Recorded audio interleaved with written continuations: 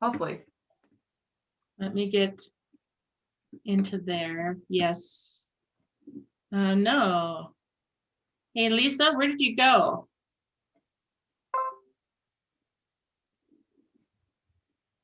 Okay, I just got the notification that we are live on YouTube. Takes a few minutes to connect fully though, but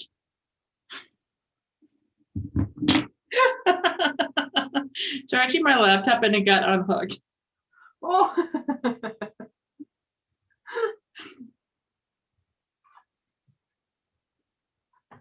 All right, so we are just waiting for Lisa to reconnect with us, which she will join us here in a few minutes. Yep. Well, let's get started, and as Lisa pops in, then we'll go from there. All right. Okay, so welcome everybody, and soon welcome to Lisa that'll be joining us here on this roundtable today, where we are discussing the spiritual and soul contracts. Now, this is kind of an interesting topic, and everybody has lots to say, of course, on this particular topic. And of course, we always have a lot of questions when it comes to this kind of stuff. So today we're going to be asking questions that have come from our group and from other people that have joined us and heard about what we're doing here, hopefully to get some explanation and some guts of why do we have contracts? What are they? All the ins and outs of the contracts and everything like that. And there's Lisa. Thanks for joining us. We're just kind of starting out and introducing. So Lisa, we'll start with you. Do you want to tell us who you are, where you're from, and what is it that you do? Thank you. Well, I'm Lisa Betz-Marquez, and I am the owner of Prairie Arts Yoga Studio in Gearing, and I also have a healing business and work with people through the many tools that I use, which is energy healing, like Reiki. Also, I do NLP work, so I help people with their body, yoga, mind, NLP, and spirit through Reiki. And Reiki actually encompasses all three as well. So I also do a lot of work with nature and physical movement and interaction with the spirit of nature and its healing properties. So, and one thing I do need to mention is I do something called archetypal gesture, which is a physical movement, breath, and energetic healing modality. And the reason I want to mention that is because we do contract work in that modality that I work with. So I'm looking forward to this conversation. I can also be found at prairieartsyoga.com, and you can book sessions with me there. I do work online through Zoom. So thank you. Wonderful. Thanks for joining us, Lisa. Okay, Michelle, tell us a little bit about you. What do you do? Where are you at? And all the info. Hi, I'm Michelle, and right now I'm still in Loveland, Colorado for another week. And then I'm heading for an adventure. But I work with the Akashic Records in releasing negative emotions that was caused by traumatic events throughout any timeline. And this is so vitally important so we can have that happy, joyous life that we desire. And you can get a hold of me at healingwithmichelleadams.com. You can find me at my YouTube channel here when we post this too. You can always just comment and one of us will get it. If you want to reach out to any one of us. Perfect. Okay, so for those of you that don't know, and for those of you that do know, I'm Althea Mitchell. Excuse me. I'm the owner of Direct Emotion. I am certified in the Emotion Code, where we quickly identify the trapped emotions that are in our body, getting them out of the physical body so that we can start on our journey that keeps propelling us forward. I too am interested in these contract questions. This is something that, of course, I think all of us get, especially when we're having holistic events and alternative festivals. I think all of us get these kind of questions from different people. And so I guess the very first question that we want to be able to ask and answer is, what are contracts and what is the purpose of them? Michelle, we'll start with you. If you want to tell us what are contracts and what's the purpose of them? Well, contracts is an agreement between two different souls to help release or gain knowledge in one area or another. So, and these contracts are usually set in Barberta, which is before we come back down, and after we've done our soul cleansing from the last lifetime, and we realize what we've done, what we didn't do, what we probably maybe needed to do, and then we go and find that other soul to help us with this in the next lifetime when we come down. Interesting. Okay. Lisa, what is your understanding? What are contracts and what's the purpose of them? It's interesting because I agree with Michelle that contracts do take place, agreements happen as a result of karma, which is nothing but just energy that has been given, received, or owed in some way. It's really just how the universe balances things out. And yet I also believe that you can create contracts in our earthly experience, like on the spot. Just as we have business contracts that are on paper and people sign, you should really be careful about what you say you'll do. It is, your word is your bond. And contracts can be unspoken as well as spoken, but especially be careful about what you say you'll do.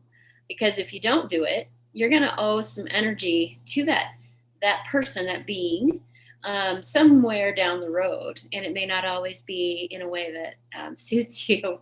So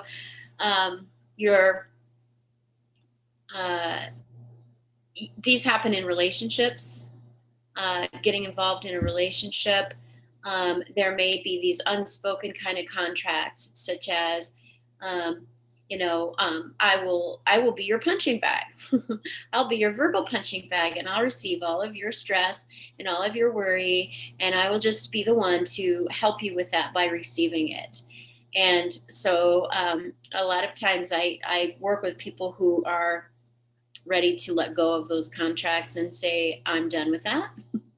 And that's how you can enter into the work of dissolving a contract, editing or revising a contract, or just being absolutely done with it and walking away. So if you look at the whole world and everyday life as a contract, you have a contract to perform functions at work. You have contracts with friends, and it can sound daunting, but it doesn't have to be that way. But it also makes it easy, I think, to manage your relationships when they're not working, to think about it as a contract and say, okay, it's time to revise this. Okay, I'm done with that. And walking away and ending the contract, because all contracts have an ending date. Mm-hmm. They're not forever. So when you realize the power of that, then you can actually make some changes in your life that feel good. So thanks for the question. I think I think both of those explanations are exactly what needs to be understood. It is a contract. It is a verbal agreement or an energy agreement between two parties. Now, two parties, variety of party, right? Because we never know, I guess, at one in particular time, which is, of course, some of my questions that we have here today. So I don't want to say too much. However, so we're all in agreement that the contracts are an energy or a verbal agreement between two people. And the purpose of them is to help us accomplish goals, to kind of obtain purposes, and to continue to move forward, which kind of leads us into our next question of, how do we create these? How did we create some of the contracts? And I think this is a kind of a very interesting question, because I think this one has a lot of working parts in it. How did we create contracts? Lisa, what are your thoughts on how did we create contracts? Well, this is a real interesting conversation, because this plays into a lot about, why are we here? What do we come here for? Is this our first lifetime and our only lifetime? Because many people believe that this is your only one and only lifetime. and don't understand that you've been alive and in existence since the beginning of time, and you've been an individuated spirit entity, who you are, with unique qualities forever and will be forever. So until we all decide to reincorporate into what I believe is God, which is this force that created all. And once we do that, we'll be like, that was so fun. Let's do it again. And we'll do it again. So it's all so much fun. It never ends. But so contracts are really like, hey, like I always visualize, you know, your soul group sitting together in a little meeting in a circle, and we all have clipboards, and they're all focused on one soul who's about to incorporate into an earth body on earth and like start a life. And so they're all charting it out. They're like, hey, I'll come down and we'll meet up like in 3rd grade, and we'll be the best of friends. It'll be so awesome. I can't wait. And then I will totally break your heart. And when I do that, it'll cause the energy that you need to seek God or to understand spirit. And so in your pain and suffering, you will seek this path that you're here to go on. You're like, you come in with a mission, you're here for a purpose, and then you choose these benchmarks. You know, it's like a map. You're like, okay, I'm going to go to Omaha, then I'm going to go over to Missouri and visit the city and that. But how you get there is all, you know. So the people are like markers that you run into, that you know, oh yeah, I'm going to meet this person and they're going to do this or perform this function. And then, you know, then I'll move on with the energy that they caused me to move this way. So I'm going to go this way then, you know. And so like, I've always felt like my father passing away when I was 25 was the big, huge like thing that set me on my path. And was it horribly painful and difficult and challenging? Yes, but that was part of his agreement. He was here for his life and his purpose. But then once that was satisfied, he left at my age of 25. And so that I could be moved in a direction. And, you know, I think everything has a purpose, and that we all have contracts. Even a little baby that comes in and dies very young after it's been alive for a day or two, they came in for a purpose. They came in and they fulfilled their contract and they left.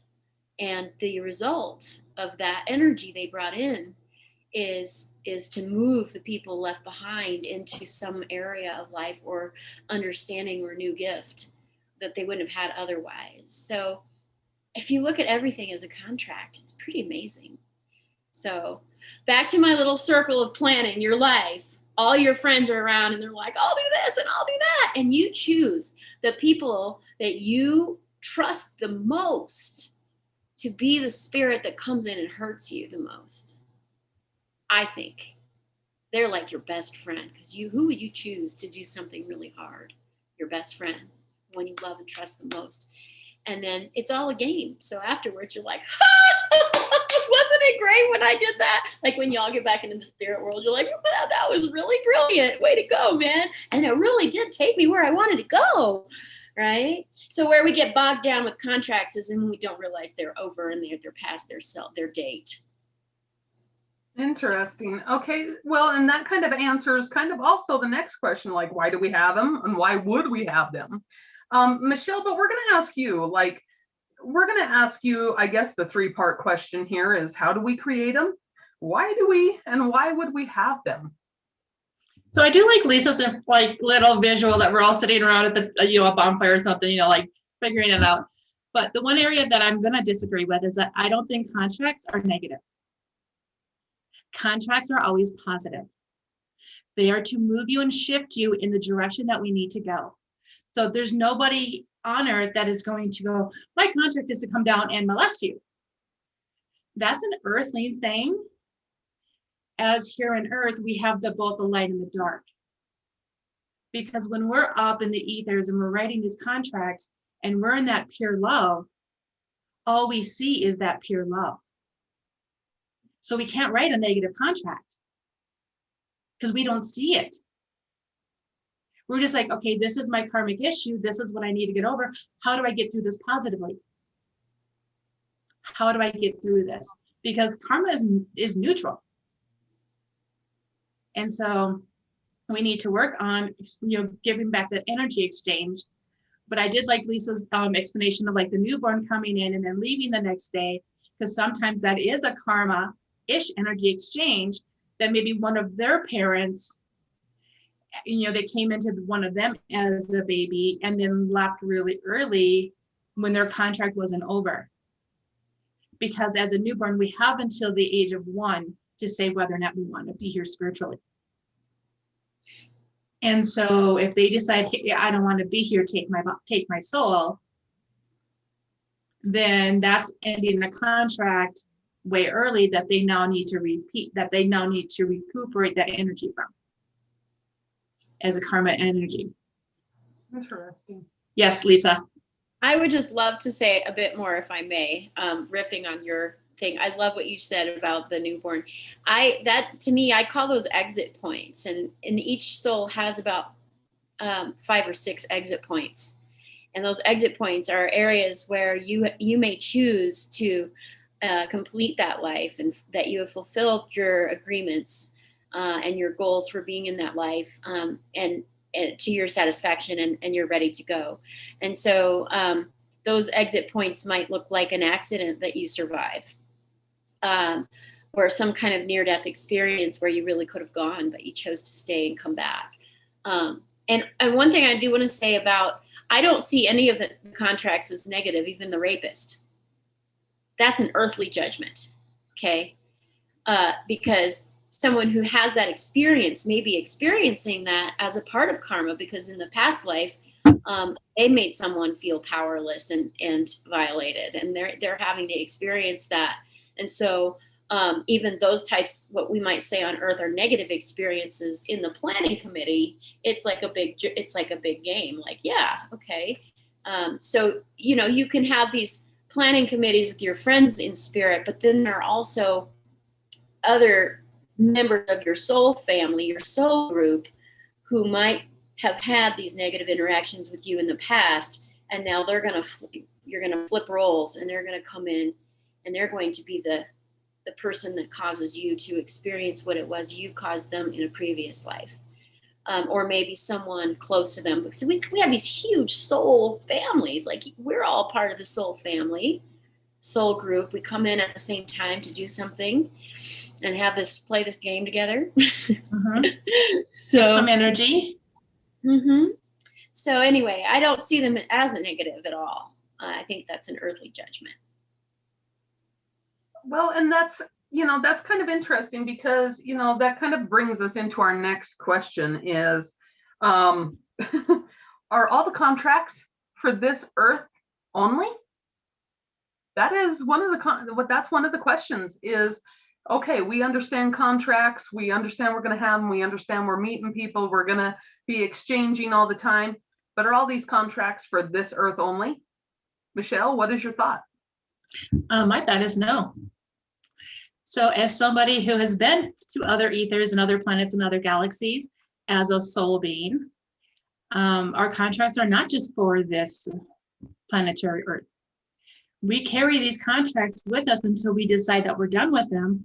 We can go to another galaxy. And Earth is the only galaxy the only identity where we have a physical body. We can go to another place, fulfill a contract there with that one being, and then end it and move on. So we don't have to just fulfill these contracts here in this physical plane, in a body. We can choose to do it outside, in a different galaxy, on a different star planet, wherever it is that we choose. Because sometimes when we decide to come back down, it may take, granted, there's no timeline in the ethers, but Earth time, it could take 10, 15, 20 years. Who knows? When we decide that we're ready to come back down for an earthly experience. Okay. Well, and Lisa, you agree with Michelle on that point, is that contracts don't just exist on this planet. They are something that continues on. Is that right? Yeah, I think, well, I believe that we're multidimensional beings. And so the Lisa that's sitting here on this round table is also off doing something else somewhere else on another planet with other beings. And in my dream space, I'm out there doing healings and working with people, and I'm still sleeping in my bed. So, you know, if you really want to blow your mind, you know, start thinking about like the other yous that are out there and the different multiverse versions of you. And I kind of made a joke in a group recently. I was like, man, I would really like to just assign all of the versions of me to different aspects of my life. Like somebody's going to sit and do the website development and the marketing for my business. Someone else is going to do the cooking and taking care of the husband and the house. And then I'll just be the yogi healer one who gets to hang out with the horses and the chickens and do round tables. There we go. So, you know, I know that people experience great suffering, and it's really hard. And I also feel like if all of us could step outside of that little me experience sometimes and imagine that somewhere there's a you that is laying in the grass and listening to the meadowlark. And somewhere there's a you that is, you know, having the most joyful moment, you know, with your child, you know, another version of your child.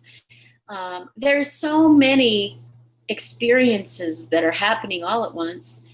And it's hard to connect to that sometimes. But if we can find a way to love the person that's hurting us even, and recognize that they are hurting and they are lashing out and they are offering us the opportunity. It's like training when you're like lifting weights, right? You don't get stronger by lifting something that's like, oh, this is so easy, happy all the time. If you're like, you know, working and struggling to lift it, and then you build the muscle. And so I really have observed in my time as working as a healer and supporting myself and others that it is through the hell we walk that we come out the other side with these new gifts and new spiritual insights and powers. And when I say power, I don't mean like magical powers. I just mean spiritual gifts of understanding and depth and strength and awareness, you know?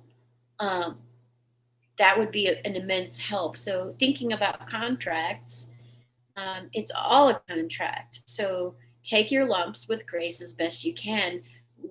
Look for help, reach out for help if you are overwhelmed, if you are feeling sad, if you are having suicidal thoughts. There is never a need to struggle and suffer alone. There are people like us out there that can help you, and you don't have to do this alone. Well, and I think that's key. This is one of the questions that somebody asked is, how do we know if they are with someone? How do we know if our contracts are with someone, or can they be with animals? That's kind of an interesting question. Michelle, what's your take on that? I mean, I can definitely see how they can definitely be with an animal and not just with somebody else. Because like if they really need to learn unconditional love, there's going to be a contract with the dog. I mean, a dog has that utmost unconditional love. You know, if their contract is to learn, you know, how to not put up with anyone's stuff, their contract may be with a cat. You know, and just be yourself no matter what. Right.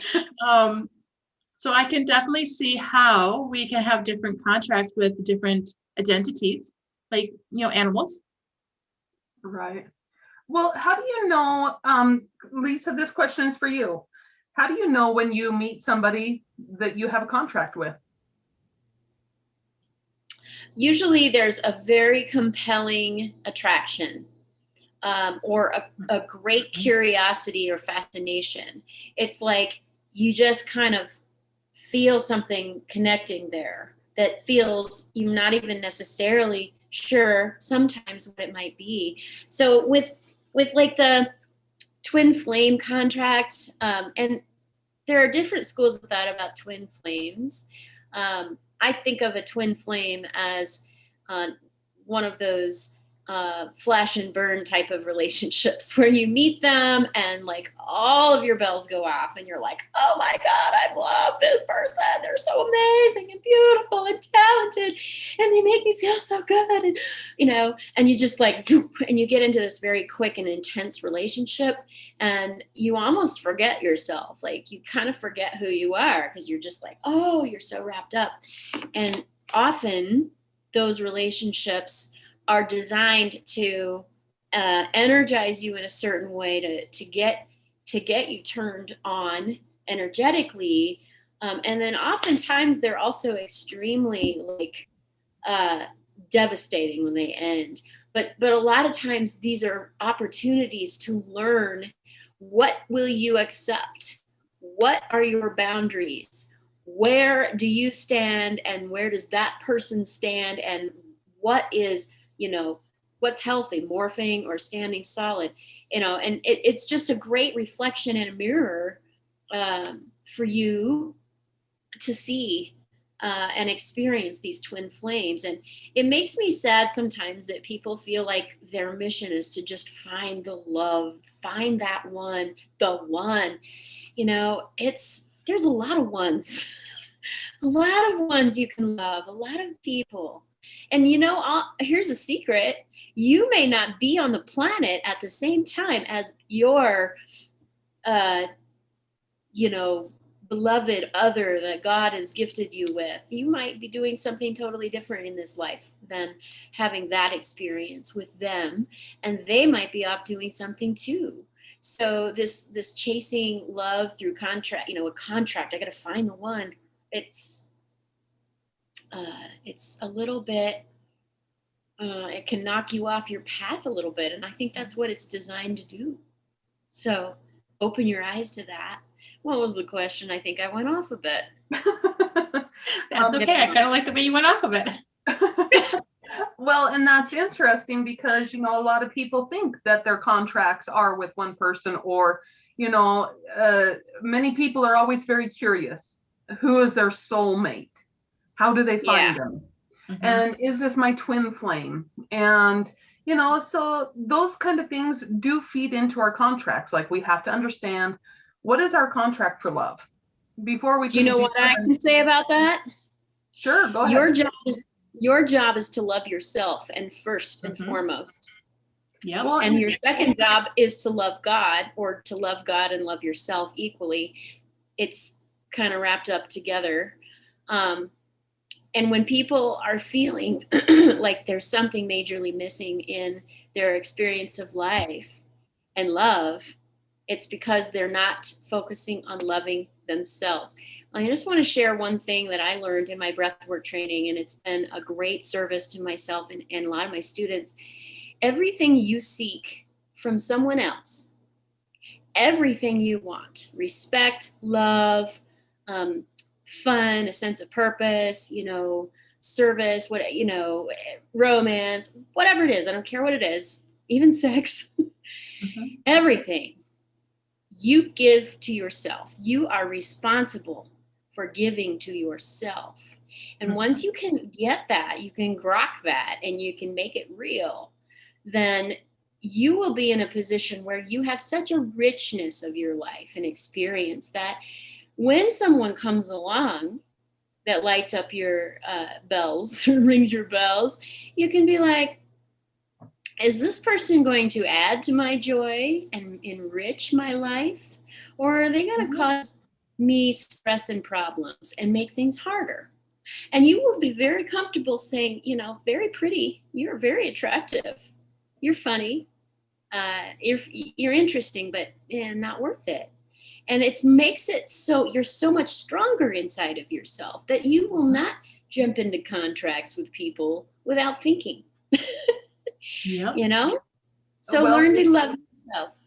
Well, and that, you know, that brings us to a very famous line that's kind of like the person said, you know, people are more careful of who they get into business with than who they get into bed with. And it is true, you know, it's funny because as we're learning to love ourselves through this process, it's amazing that we would rather have a business partner and be more devastated by their, like, you know, destruction or whatever's happening, or be very pleased with what they produce than our own partners. You know, that has always very fascinated to me. You know, they're more devastated by what happens in the business than they are within their relationship. And the personal one is, that's where you're supposed to be able to be the safest, correct? So it's like, you know, we have these contracts with these people to be able to learn and grow and develop and accomplish. And how, you know, which kind of brings us to like, must we, okay, here's the new question, must we complete every single one of our contracts? Michelle, what are your thoughts? No. So for what I know is that if we feel like there's no way that contract is going to get fulfilled by one end or the other because of the earthly circumstances that are going on, we can go in and cancel that. As long as we know what it is and all that kind of stuff, we can just go and, you know, it's not going to be fulfilled. I need to cancel this and release it from my energy field so I can move on. Interesting. Well, and isn't that some of the hangups? I mean, honestly, because we're like, well, maybe I'll just give it another week, you know. Lisa, what are your thoughts? I mean, okay, when we get to the point of we've decided, okay, this contract is now going to change, how do we end it? How do we officially end this contract? Or a contract. We'll put it that way. I want to kind of dovetail on what was said before. It's not how do we know when the contract is over, it's when do we decide? That's true. And how do we end it? So how do we end it? You can do a number of different things. You can ask God to help you end this energetic tie between yourself and this person. And you can work with God, which is always very helpful. You can go into a meditative state, and you can have a meeting. I do this work in the astral plane, and I'm working with a group right now, and we just did it the other day, last Sunday actually, and I take people onto the astral plane to have a meeting with this person, and they have to ask permission first, and it's a spiritual soul communication. Will you meet me on the astral plane to have a conversation about our contract? And they pretty much have to, if it's a justified contract. And you know, you can invite them to bring their spirit guide. You can take your spirit guide. You can ask God to be present. You can use Archangel Michael, which is what we did the other day, because when this friend of mine wanted to end a contract, the other person said, no, I don't want to. I love you. Well, she doesn't love him.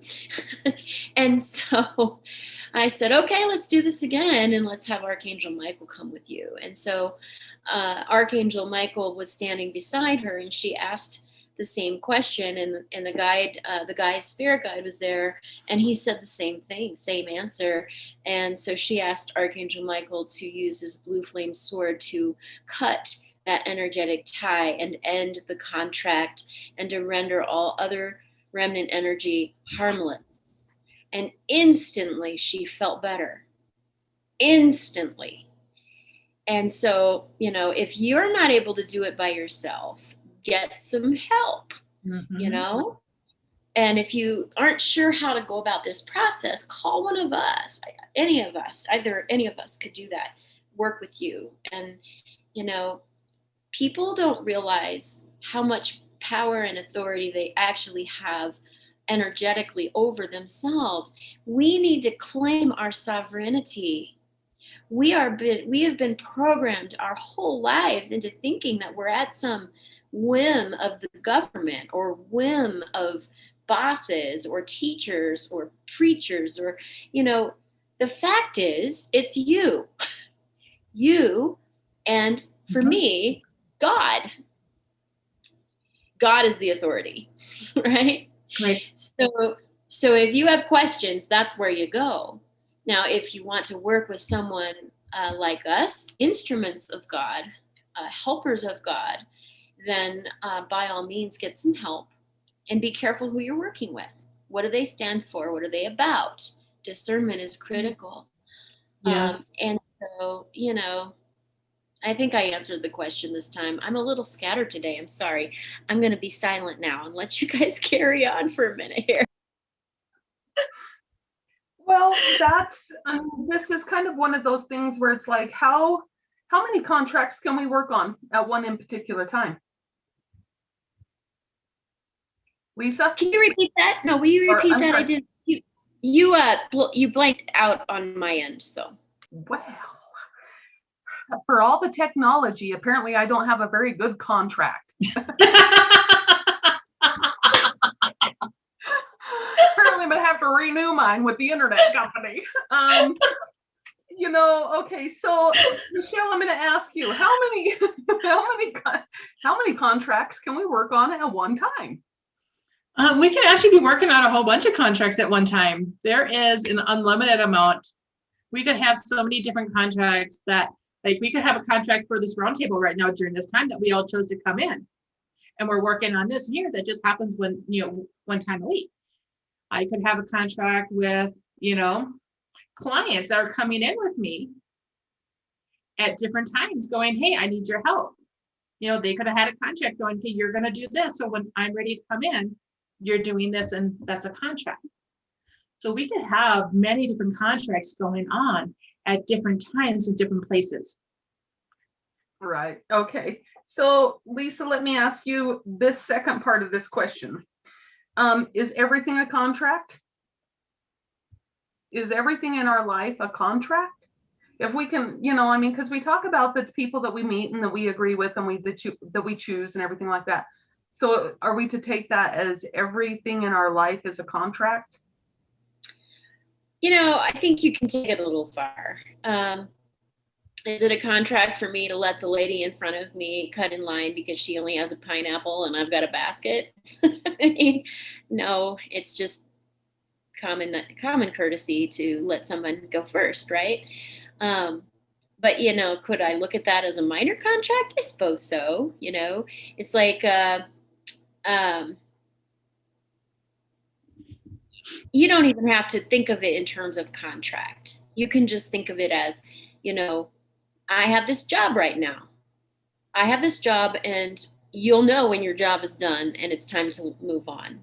Mm-hmm. And I have this role right now that I'm playing. It's like I used to be an actress, I suppose if I were in a play tomorrow, I would still be an actress. But we would do a play, and I would play a role, and then the play would end, and then I would move on, right?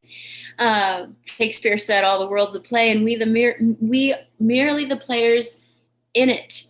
And that's a truth.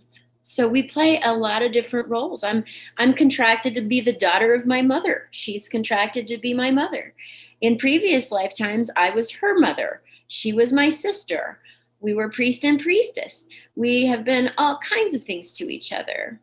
And so, it's just, there's a time for all things, and they end. And so don't overthink it. But if you find yourself trapped in something, feeling blocked and locked, then think of it like a contract and use this concept of a contract as a tool for breaking free, and get some help if you need it. Mm-hmm. Well, and I think that it brings us into our next little question is, can we ever know how many contracts we have? Michelle, what are your thoughts? I'm not sure if we could ever really know how many contracts we have, because we can create contracts as we're talking to people. Just a thought, that contract that your parents give you, that your mother gives you, that curse going, I hope you have a kid exactly like you. That could be a contract that she's wanting to put on you. to put out there. And if you accept it, you're like, okay, yeah, I could have a kid like me. Most of us don't even think that could even be a contract. But it definitely can if we are not aware of what they're saying. Right. Because I know, like, when my mother said that to me, I looked at her and said, cool, you want two of me in this world? Awesome.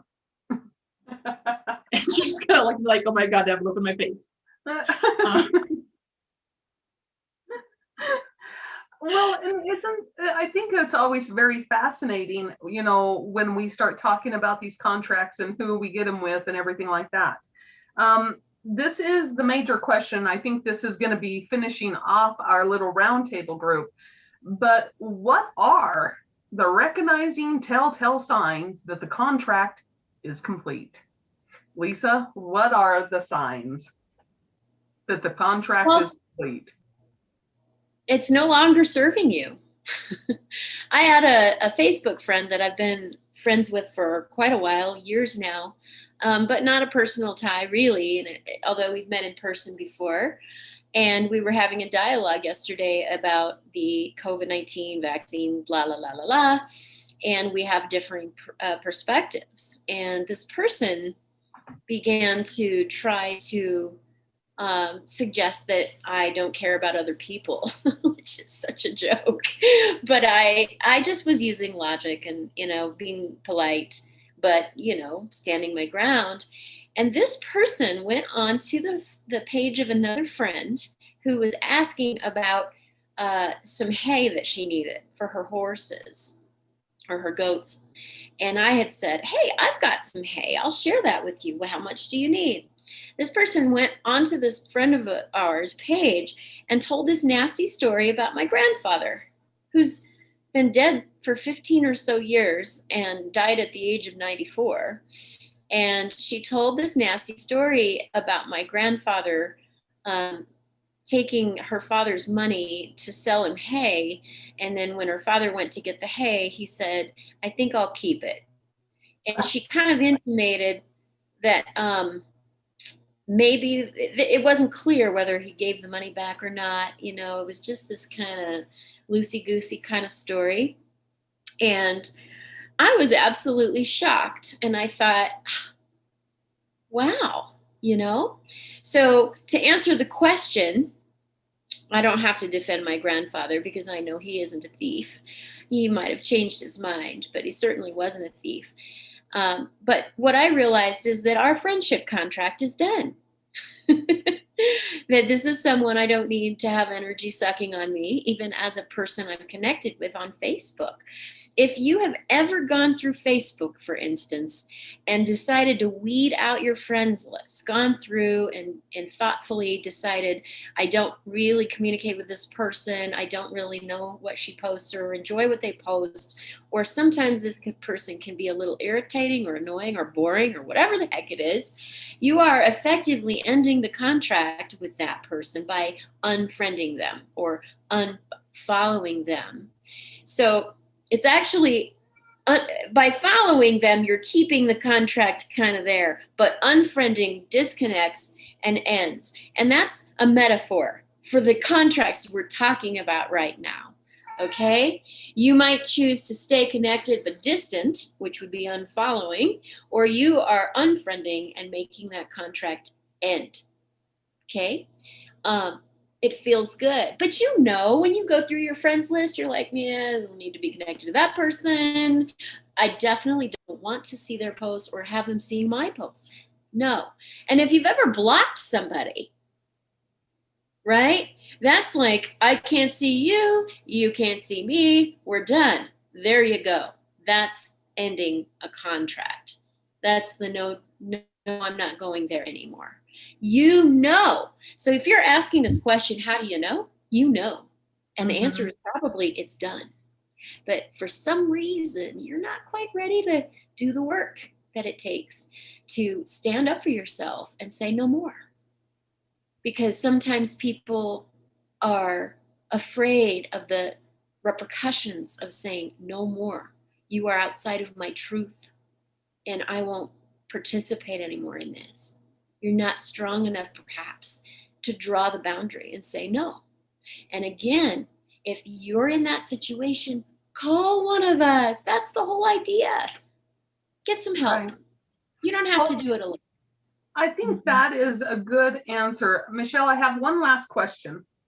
What is some steps that you can take to evaluate whether you're ready to end a contract or whether you have grown enough to end the contract? Is there any questions that we can ask ourselves to evaluate the contract? So that's a good question, because I mean, I do like to go off a little bit. Lisa said on what her thing said too, was like, if it's no longer serving you, that is a good way to know that the contract is done. Another way to know that a contract is done is how many times have you contacted that person, maybe in the last 2-3 months, or maybe before you contacted them a lot more. Gotcha. And then also look at what time in your life do they start to show back up in your world to contact you. Like there may be some contracts out there that are not canceled or closed, and they're just showing up as a low frequency vibration. I'll go, hey, are you really wanting to go up? Because I'm still here. And then you need to go, okay, no, I'm done. And then move on. So there's just certain things that there are signs, there are things that we recognize to know that when it's done, that it's just time to go, it's time to move on. Granted, the nice one is when both sides don't really call each other for like 6, 7, 8, 9 months, where, people on Facebook, I'm this kind of friend that, you don't have to talk to me for 6, 9 months, and I'm totally okay. But then it's like, really? Because then maybe the contract is done and it's time to put your energy towards something else, into that new growth. Interesting. Well, and Can I add? Sorry. Go ahead. I'm sorry. No, I just wanted to add, if you're really in doubt, sit and close your eyes and breathe deeply for a while and ask God to show you. Mm-hmm. I think always go within and ask, always. Show me a sign of whether or not this is over, and help me to find the opportunity to end it if it's needed. Give yourself the opening, ask God to give you the opportunity or the opening. I have done that so many times in terms of needing to have a conversation with someone, and just, please God, give me the opening. If I'm meant to say something or meant to end this or do this, show me and give me the chance. And it always works. Yeah. Well, and I think that is kind of, one of the best parts about being able to really just take a moment and really you're evaluating, do I need to reevaluate this or not? Because there's different times, through our days that we have incidents happen or exchanges that happen that we're like, okay, I don't appreciate that, but have I learned everything?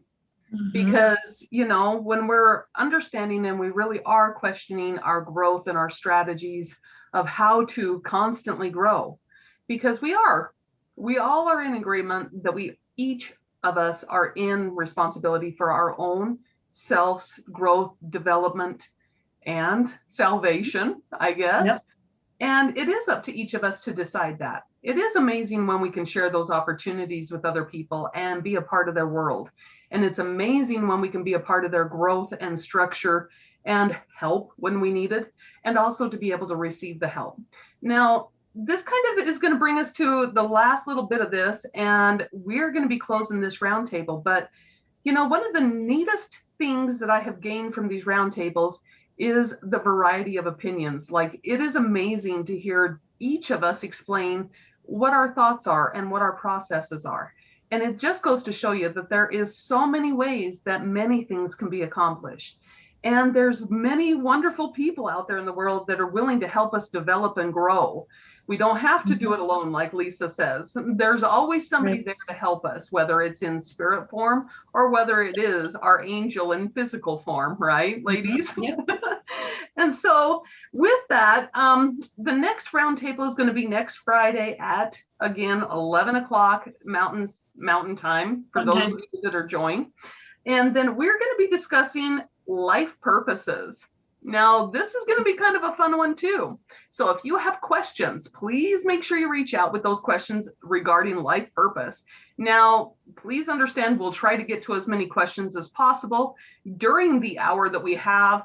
But as always, we invite you and encourage you to join us and to participate as often as you can.